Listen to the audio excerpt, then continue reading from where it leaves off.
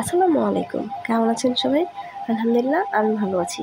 যেই বকফুল নিয়ে আমি এত আলোচনা করে কখনো বকফুলের গাছ দেখাতে পারিনি, আজ আমার হাজব্যান্ডকে দেখানোর জন্য একটা ডাল পেড়ে নিয়ে আনা হয়েছে। তো এই ডালটাতে ছিল 4টি ফুল। 4টি ফুল আমি নিয়ে নিতেছি। এই 4টি ফুল দিয়ে আমি এখন বড়া বানিয়ে আমার হাজব্যান্ডকে খাওয়াবো। কিন্তু এর সাথে আমি আপনাদের এইটাই দেখাতে চাইছিলাম যে বকফুলের ডালটা কেমন হয়। এই যে এই পাতাগুলো ছিল পুরো দমচে গাছ, যেটা আমরা বলি দমচা, ওই পাতার মতো। আর ডালটা ছিল একটু অন্যরকম, কিন্তু এই যে এখানে কিছু করিও ছিল, হয়তো ডালটা আরও একটু থাকলে কিছুদিন তারপর আরও বকফুলের কুলি আসতো। যাই হোক এখন বকফুলের সিজন না, তাই বকফুল হয়তো একটা বেশি পাওয়াও যায় না। কিন্তু এই 4টি ফুল আল্লাহ হয়তো আমার কিসমতে রাখছে, তাই পাইছে।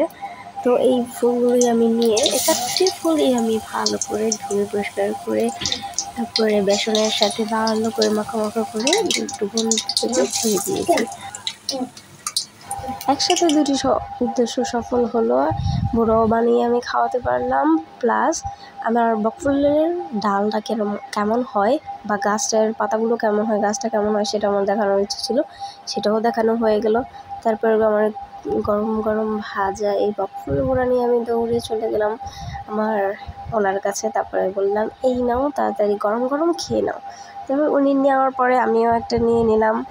অ্যান্ড বকফুল এখন আপনাদের বলছে tata, bye bye, thank you.